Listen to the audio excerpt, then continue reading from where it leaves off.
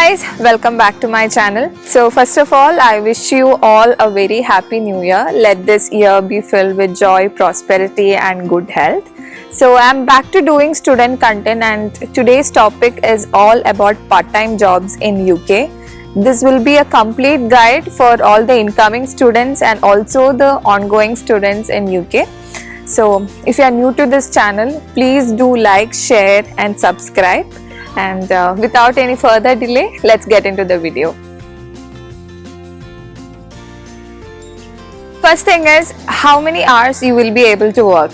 In your BRP card, it will be given how many hours per week, maximum how many hours you will be able to work. So for students, it's maximum 20 hours per week during the term time, that is during your studies, and during the holidays, that's in December and whenever you have your spring holidays, you will be able to work full time. But this truly depends upon your course, like which course you are doing. If you are doing if you are doing a hectic course, basically it's not possible to work 20 hours, the entire 20 hours per week. So it truly depends upon your capacity, your time management, and if you are able to work 20 hours, then yeah, it's well and good.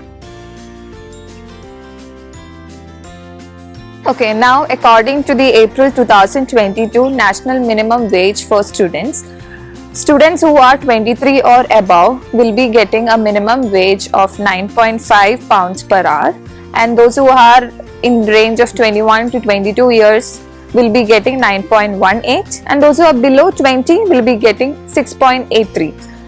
This is according to last year, that is April 2022, and the new one is being revised and will be published soon, that's in 2023 April. Now this is the minimum wage that the student can expect to get, but also this will depend on where and what kind of job you are getting, but this is the minimum wage that you should be getting. Okay, now what is the prerequisite for applying to a part-time job? It's just that you need a national insurance number, which is a health insurance number that you will be applying as soon as you reach UK. So please make sure that you apply it as soon as possible, because generally it takes about 2 to 3 months or more than that. But for me, I got it in 2 weeks, so it totally depends upon the situation. And while you apply for a national insurance number, you get an application code or a barcode, which is sufficient enough while you apply for a part-time job. So as soon as you reach UK, please make sure that your NI number is ready. So as long as you have the application number, that's enough to get a part-time job, because they don't really ask for the NI number at the point of your starting of the job. They just need the application number, that is sufficient enough. So please make sure that you apply for the NI number as soon as you reach UK. Now, what are the type of jobs? I would like to say there are 2 types of jobs, that is within the university and outside the university. So within the university, you will be able to work in coffee shops, retail shops, library, as a student ambassador, things like that, whatever jobs are there in the university. So in your university, please make sure that you check for the career website, because in the career website you will be able to find a lot of part-time jobs available for the students in the university. The advantage for working in the university is that it's within the university, within the campus, so it's very accessible and it's highly paid. So okay, now coming to the jobs outside the university. First, the tutor jobs. So these are highly paid jobs. You can expect around £24 per hour.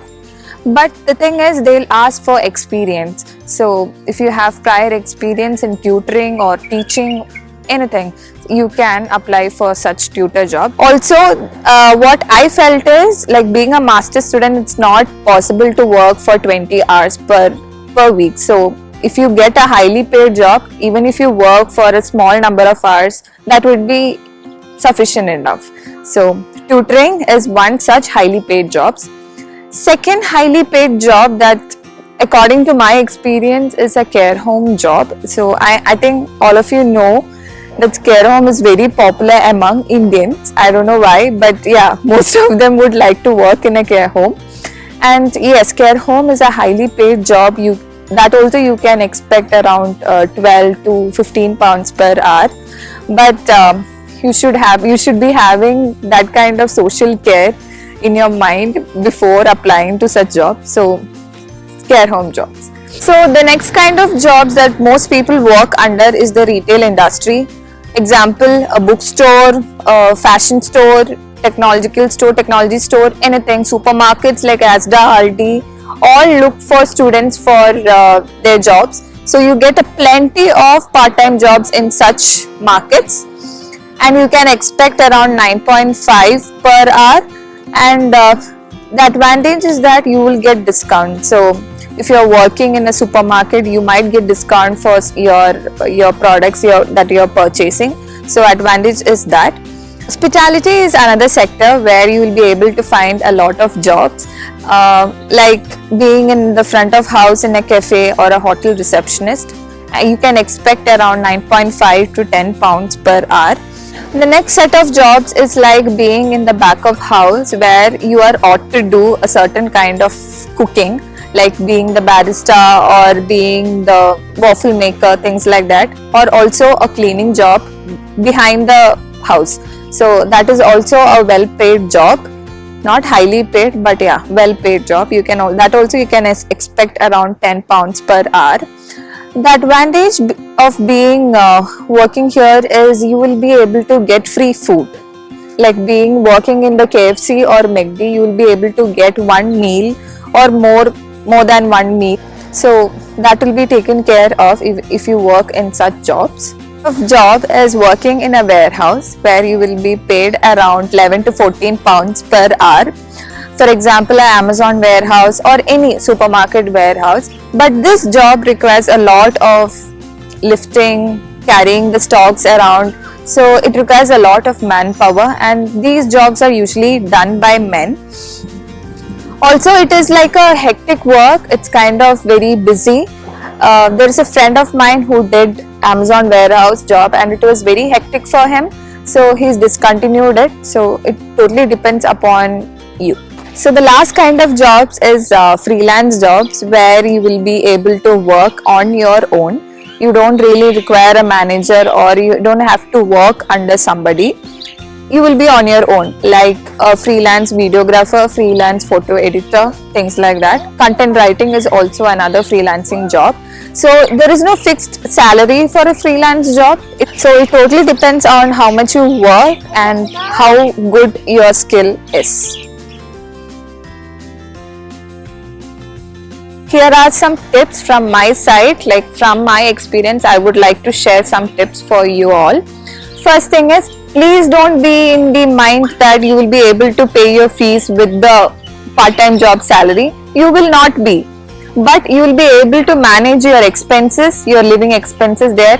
You will be able to pay your rent, you will be able to eat outside, you will be able to travel, all that you can do. But please don't be in the mind that you can pay your fees, tuition fees, while you study. You cannot.